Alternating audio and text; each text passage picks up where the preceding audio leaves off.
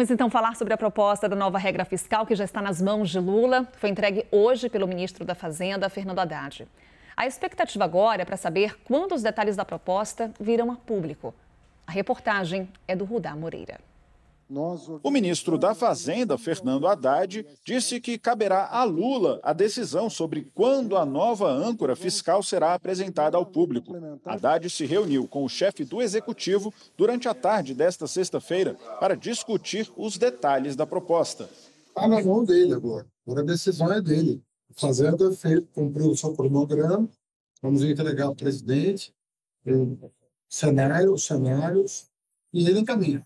O presidente já afirmou que pretende definir o formato final do texto e enviá-lo ao Congresso antes de sua viagem à China, prevista para o dia 26 de março. O mecanismo é a maior aposta da equipe econômica para reduzir o déficit nas contas públicas, hoje estimado em 231 bilhões e meio de reais. A relatoria do arcabouço fiscal vai ficar com o PP, partido do presidente da Câmara, Arthur Lira. A decisão sobre o nome deve ocorrer na semana que vem. O Planalto vê com bons olhos a indicação de um político da sigla por avaliar que será colocado no posto alguém de perfil mais pragmático. Anteriormente, Lira havia sinalizado a disposição de entregar o projeto para o União Brasil. Lula não quer correr o risco de que a matéria caia nas mãos de um opositor declarado do governo. O governo entende que um nome menos afinado à gestão petista pode ajudar a convencer parlamentares de oposição a apoiarem a proposta. Além disso, o apoio de Lira é essencial para garantir que a matéria tramite rapidamente pelo Congresso e tenha seu teor mantido. Por isso, a decisão de deixar que o presidente da Câmara indique o nome do relator. Na última quarta-feira, Lira recebeu Haddad para um jantar na residência oficial da presidência da Câmara. No encontro, ambos falaram sobre a reforma tributária e, claro, sobre o novo arcabouço fiscal. Vamos então à análise. Vou começar com o Caio Junqueira, porque eu acompanhei o WW de ontem, viu, Caio? Com o William Vac. Aí o Caio disse aqui no programa que se o texto viesse a público hoje do arcabouço fiscal, era porque o Lula teria gostado do que ele viu. Então, Lula não gostou, Caio? Muito provavelmente, mas aqui a gente está indo num campo de considerações ali, né? Não temos ali... Está muito fechado esse debate dentro do governo. Muito provavelmente não. Porque todos os sinais ao longo da semana, e o próprio ministro Fernando Haddad, antes de entrar ali na reunião com o presidente da República e com os outros ministros da área econômica, ele mesmo disse, né? Porque ele foi questionado pelos jornalistas se esse texto viria a público hoje, e a resposta foi justamente essa, que dependeria do presidente. Portanto, nós podemos concluir que a não apresentação ao público deste texto, né, dessa versão final aí do arcabouço fiscal, ela decorre muito provavelmente de ajustes sugeridos ali pelo presidente da República. E quando o Lula monta uma reunião desse porte, com muitos ministros, é claro que ali ele estimula, o Lula trabalha muito assim, né, estimulando a troca de ideias, né, o texto é apresentado, os outros ministros colocam, tem até uma informação de que a própria equipe econômica foi muito preparada ali para enfrentar os ministros palacianos, principalmente o ministro da Casa Civil, Rui Costa, que tem uma pegada mais política, né, em relação à equipe econômica. Ou seja, ficou para a semana que vem, se é que vai ser revelado esse texto na semana que vem. Ô Daniel, olhamos para ontem, vou olhar com você ainda mais para trás, numa declaração de Simone Tebet, primeira-ministra, a ter acesso a esse texto do arcabouço fiscal, e naquela oportunidade ela comentou que a regra tem um texto que agradaria a todos. É possível agradar a todos, Daniel? Talvez a todos que já tenham visto o texto, e aí, como disse o Caio, a gente está falando ainda no campo da especulação. Mas uma possibilidade que eu avento aqui é de que o presidente Lula esteja, antes de divulgar o texto definitivo que vai ser enviado ao Congresso, esteja submetendo ou pegando consultas com outros ministros. Por exemplo, ministros da área de infraestrutura querem que, ou têm a expectativa, pelo menos, de que os investimentos públicos em áreas que eles consideram essenciais, que trazem algum tipo de eficiência, impacto na produtividade da economia, fiquem, de certa forma, flexibilizados, fora do teto. Esses mecanismos de exceções que podem constar do texto ou não são uma grande incógnita. Então, é muito possível que o presidente ainda esteja num processo de consultas ali e tenha decidido submeter esse primeiro rascunho, que, afinal de contas, não foi divulgado, para outros colaboradores na esplanada dos ministérios.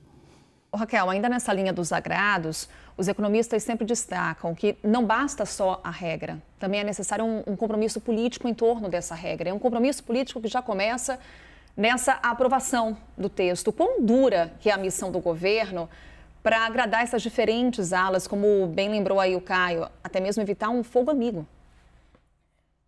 Você mencionou quão dura é a missão do governo. Neste momento, a missão ainda é do Fernando Haddad, né, Carol? Gostei muito do seu Abra, eu também recebi esse meme. E ele era muito divertido porque ele faz muito sentido, né? Confia no pai. Porque hoje o Fernando Haddad é o que se tem ali, está para os agentes econômicos como a única... o único foco de alguma confiança de que o texto vem com o que se espera, com alguma credibilidade e responsabilidade fiscal. Eu acho que hoje, embora ninguém de fora ali dessa rede mais próxima de ministros tenha tido acesso ao texto, muita gente foi a Brasília, tentou conhecer, especulou, gente aqui de São Paulo, e não conseguiu. Assim, eu falei com várias fontes que estiveram lá e ninguém teve acesso. Tem uma percepção, ou pelo menos uma expectativa, de que Fernando Haddad apresentou algo crível. Agora, a presença hoje na reunião do Rui Costa, que era previsível, né, o ministro da Casa Civil, mas também de Alexandre Padilha, da Secretaria de Relações Institucionais, que chegou no meio da reunião, é um ponto de alerta. Existe uma percepção de que esses ministros têm muito receio de que, se o governo ceder demais, for muito fiscalista aí nos termos do PT, né? Nós estamos falando de algo muito mais tênue do que o teto de gastos. Ele promove uma espécie de um estelionato eleitoral para o seu eleitorado ali mais de esquerda e perca essa esquerda. Então, o Lula certamente está ganhando tempo para tentar formar algum consenso, pelo menos no entorno dele. Daniel. Carol, é interessante a gente notar, se a gente for pensar nos próximos 60 dias, o governo, junto com o Congresso, mas principalmente o Poder Executivo, o governo Lula, vão passar por um processo de teste e de avaliação pelo mercado, pela sociedade como um todo, porque vem muita coisa importante pela frente. E nos próximos 60 dias, a gente tem a apresentação dessa nova proposta de regra fiscal e como vão ser as primeiras repercussões no Congresso, se é um texto que pode sair do Congresso, digamos, mais flexibilizado. A gente vai ter em maio a apresentação do relatório do Grupo de Trabalho da Reforma Tributária, e aí a gente vai ter uma ideia se ela passa e qual reforma tributária passa, se é a suficiente para ativar mais a economia e gerar uma boa expectativa para a economia como um todo. A gente vai ter a indicação das duas diretorias do Banco Central, e isso importa muito porque, se elas não forem de agrado do mercado, pode haver de novo um processo de mal-estar, talvez dificultando ainda a redução da taxa de juros. E a gente vai ter em abril também, no finalzinho de abril, a apresentação do chamado novo PAC, que vai mostrar mais ou menos o direcionamento ali, o que a gente vai, o quão ousado vai ser esse governo, ou o quão intervencionista também, por outro olhar, em matéria de grandes obras e de ativação da economia. São 4 itens que deixam a agenda dos próximos 60 dias extremamente interessante. Eu queria colocar essa questão do Padilha, tá para mim é bem óbvio que o ministro das Relações Institucionais estivesse hoje nessa reunião. A equipe técnica, a equipe econômica, elabora um projeto técnico que passa pelo crivo da ala política né, do ministro responsável pela articulação do Congresso, porque esse arcabouço fiscal ele não vem por decreto, né? Ele precisa ter um crivo político, sim, para analisar a viabilidade de sua aprovação. E, salvo engano, vamos ver o que vem, pode ser que venha mais de um projeto, né? Vai vir tudo junto, né? Vai vir o projeto da LDO, junto com o do arcabouço, junto com o projeto de lei regulamentar, se bobear vem uma PEC também. Então você precisa ter essa análise do centro político ali, a presença do Rui Costa também. E lembrando, ontem a gente falou isso aqui, é importante reforçar, esse é o primeiro estágio. Isso precisa ver quem vai ser o relator e a tendência, como a gente falou ontem aqui, eu trouxe uma conversa minha com o presidente da Câmara, Arthur Lira, ontem mesmo à noite, dizendo que a tendência é de que seja do PP, que é um partido, o relator, que é um partido de oposição, União Brasil, que é um partido independente, também quer, o PL do Jair Bolsonaro também quer. Então é um primeiro estágio, né? A forma como sair não vai ser a forma como sair do Palácio do Planalto não será a forma como sairá do Congresso, certamente. E essa análise política, quem faz, é o ministro das Relações Institucionais. Ô Dani, aproveitando esse gancho que o Caio traz para a gente sobre a relatoria, cabe ao Arthur Lira definir quem será o relator do arcabouço fiscal, tudo caminha então para o PP, da oposição, mais um partido do Centrão. O que isso traz de horizonte para o governo, hein? Pode ser paradoxalmente bom para o governo ter um relator na oposição. O risco é de que, claro, tenha menos controle sobre o texto que vai sair daí. A vantagem é que se for um texto, digamos, bem aceito pelo mercado, pelos agentes econômicos, pelo empresariado, que reforce a confiança na trajetória, na sustentabilidade fiscal, na trajetória da dívida pública, a vantagem é que o governo já teria ali como ponto de partida não só a sua própria base, mas também deputados aliados daquele partido do relator. Falava-se no União Brasil, inicialmente era bastante cogitada a hipótese de que o relator fosse do União Brasil, que é um partido bastante dividido, tem 59 deputados, e agora fala-se do PP, que é um partido que formalmente não está com o governo, pelo contrário. Agora, tendo um relator do PP, é de se imaginar que boa parte do partido acompanha esse relator. Não me parece, pela trajetória do partido e digamos, pelas características do PP de se aproximar de posições menos populistas na área fiscal, me parece que a tendência é grande de vir um texto, pelo menos não piorado, em relação ao que veio do governo. Raquel, olhando agora para o campo da economia, a simples entrega da proposta, por mais que não tenha trazido os detalhes, ela pode trazer alguma sinalização e algum impacto para a reunião do Copom na semana que vem? Certamente, Carol. Isso aí, os diretores do Copom, os diretores do Banco Central, o presidente do Banco Central, se o texto sair antes da reunião, é um fator que eles vão estar levando em consideração. O que se espera hoje para a reunião do Copom é a manutenção da taxa Selic em 13,75 e que a ata nos traga um sinal dos próximos passos. Se vier um arcabouço fiscal crível, com gatilhos, ferramentas para que se possa cobrar o descumprimento daquelas metas.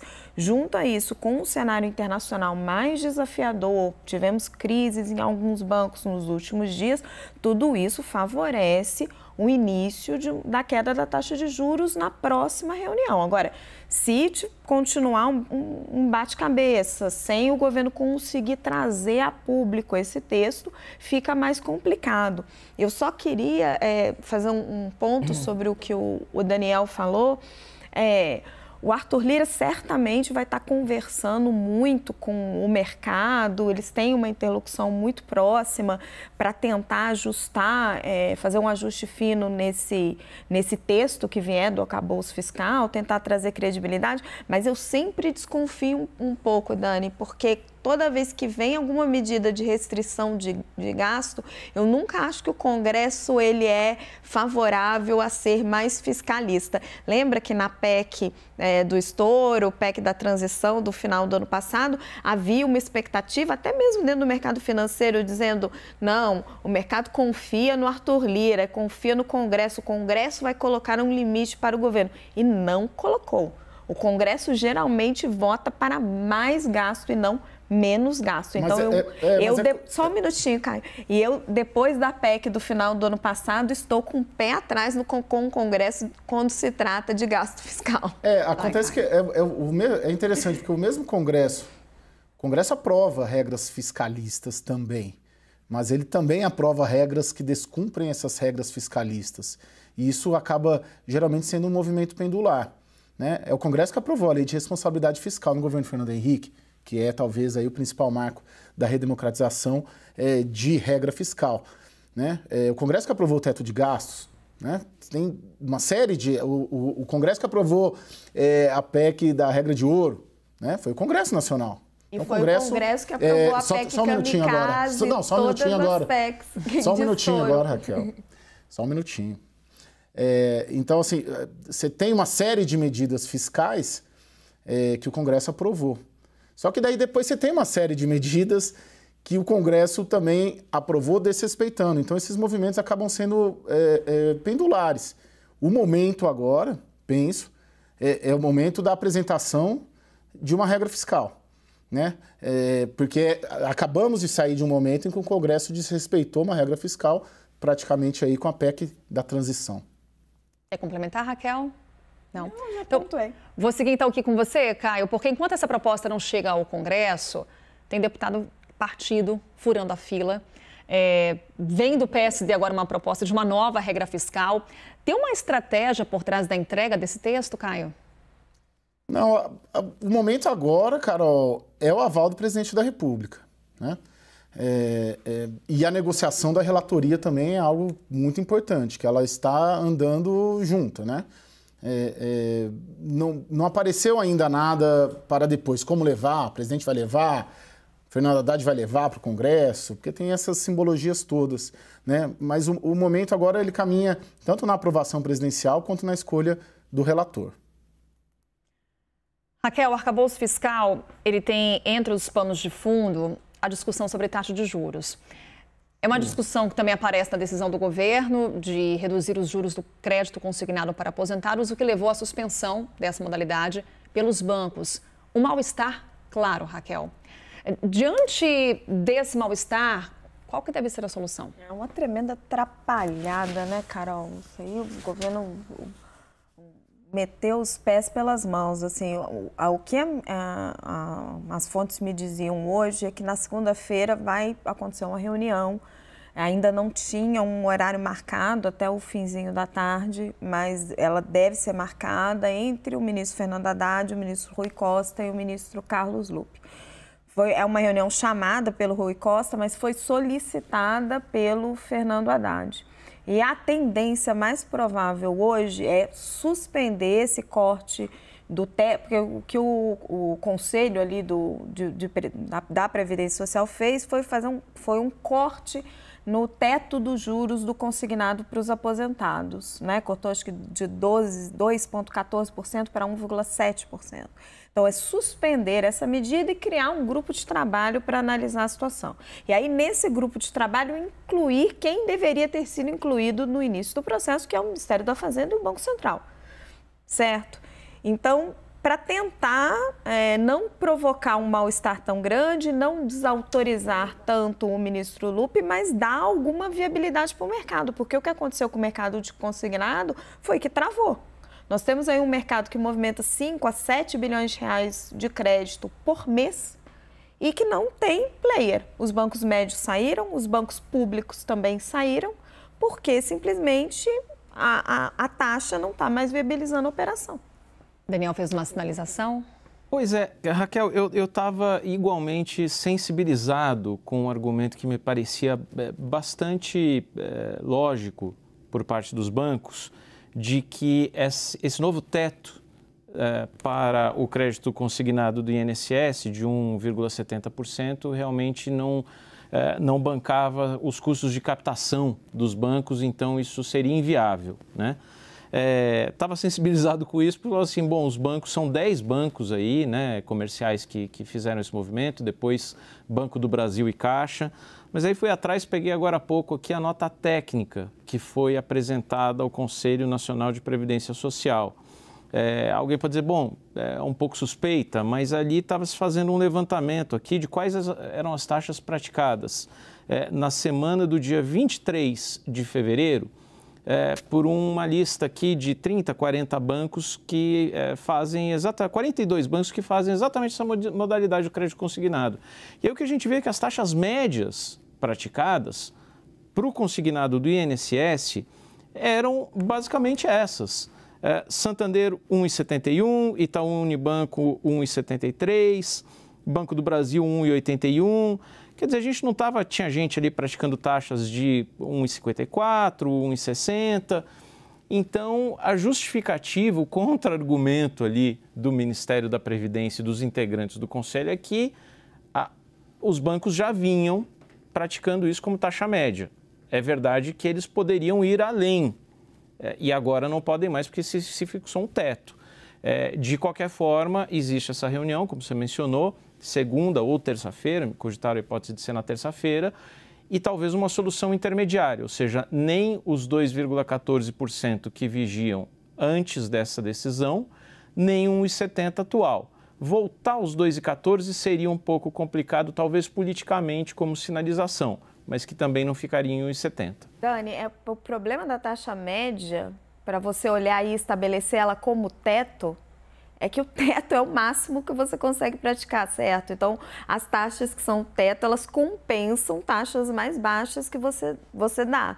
Quando eu vejo um mercado inteiro... Mas só para o INSS, tá? Isso é crédito consignado só para esse INSS. Exato, mas nós estamos falando de operações do INSS. Quando a gente vê um mercado inteiro fazendo o mesmo movimento, 10 bancos médios, mais os bancos públicos, que a gente sabe, sofrem alguma influência da gestão do governo, eu não acredito num processo de cartelização para reagir a uma medida boa e positiva, que sim, né, é uma medida boa e positiva baixar os juros para os aposentados, mas eu não acredito numa cartelização dos bancos, um movimento coordenado para reagir a essa medida, que seria a contrapartida, né? Então, fizeram uma medida, os bancos reagiram em cartel, se dizendo contrários. Eu acho que realmente tem motivos técnicos. Nem eu estou sugerindo isso. Agora, que a decisão foi tomada com base, o que eu estou trazendo aqui, que havia uma nota técnica com 41 bancos em que as taxas médias praticadas para crédito consignado de INSS já estavam abaixo de 1,70 em aproximadamente metade desses bancos. Então, isso existe, isso foi considerado como um elemento para a decisão. Transformar a taxa média em teto é muito complicado. Você esmaga a rentabilidade do negócio. E uma crítica que a gente ouve muito é que nesse conselho que toma essa decisão, eu acho que tem 6, agora eu não vou lembrar de cabeça, porque é tanta coisa que eu apurei hoje, membros desse conselho, todos do Ministério de Previdência Social. Era para essencialmente o Ministério da Previdência Social, empregadores, entidades empregadoras. Era para ter gente do Ministério da Fazenda nesse conselho, era para ter gente de outros órgãos de governo. Que só a ponderação é que taxa, parece que a gente está bagunçando tudo e taxa máxima e taxa média, mas quando a gente fala de taxa média para crédito consignado do INSS, não existem muitas modalidades, então a taxa média já reflete aquilo que o banco efetivamente está praticando, porque você não tem muitas modalidades de crédito consignado do INSS. Bem, então vamos passar a bola para o Caio, para a gente encerrar esse assunto. Caio, pelo que a gente está vendo aqui da discussão, quando eu falei mal-estar, eu fui muito boazinha. A gente está diante de uma crise. Carol, bom, vamos lá, o que acontece? Hoje era uma busca, e pelo menos eu nas minhas conversas, apurações pela manhã, buscando entender o pai da criança, né? Vendeu-se muito a ideia de que o Palácio do Planalto foi pego de surpresa, ninguém sabia de nada. E eu bati tanto no Ministério do Trabalho quanto no Ministério da Previdência, e sim, me garantiram autoridades lá, graduadas, altas, de que sim, essa medida foi tomada com o aval da Casa Civil e do Palácio do Planalto. Tanto que nós trouxemos isso tanto no site, agora um pouco mais cedo também no Prime, a Casa Civil colocou nas redes sociais a notícia, a informação, quase que numa comemoração ali, acho que no Instagram da Casa Civil, a notícia. E depois apagou, Caio. Perdão? E depois apagou. Então, foi uma notícia comemorada. Então, me garantiram que sim, que uma medida dessa não seria feita sem o aval do Palácio do Planalto. E a Fazenda, aí sim, a Fazenda não tinha autorizado, a Fazenda não tinha liberado, sabia dessa possibilidade, mas em nenhum momento falou, podem fazer. Mas nesse movimento, a gente falou bastante na segunda-feira aqui, de ondas, né, para chegar ali no Copom e mostrar, olha, dá para reduzir, dá. Agora tem uma questão política muito séria aí. Hoje, já ontem, né, as centrais sindicais soltaram nota criticando, dizendo que é chantagem dos bancos. Hoje eu conversei com presidentes das centrais sindicais que iriam fazer chegar esse recado tanto ao presidente da República quanto ao ministro da Fazenda, Fernando Haddad, para uma solução meio termo, que é essa que o Daniel coloca, né? Pode ser... O que as centrais não admitem é que os bancos públicos tenham entrado nessa, mas evidentemente a gente falou ontem isso aqui, os bancos públicos entraram nessa porque a equipe econômica, o canal ali é direto. Então eu vejo nessas reuniões da semana que vem um cenário até em aberto, a criação de um grupo de trabalho, né, que é uma tática histórica aí, petista, né, quando tem um problema que o grupo de trabalho espera esfriar a tensão. É uma solução. Você reduzir, pelo menos para menos de 2, né? Eu já ouvi 1,99, essa taxa. Você simplesmente suspender. Então, tem alguns caminhos possíveis e não é uma solução tão simples assim. O fato da equipe econômica querer virar realidade. Você tem ali essa ligação histórica deste governo com centrais sindicais, com o sindicalismo, e isso pode influenciar nessa decisão, nessa eventual revisão dessa questão.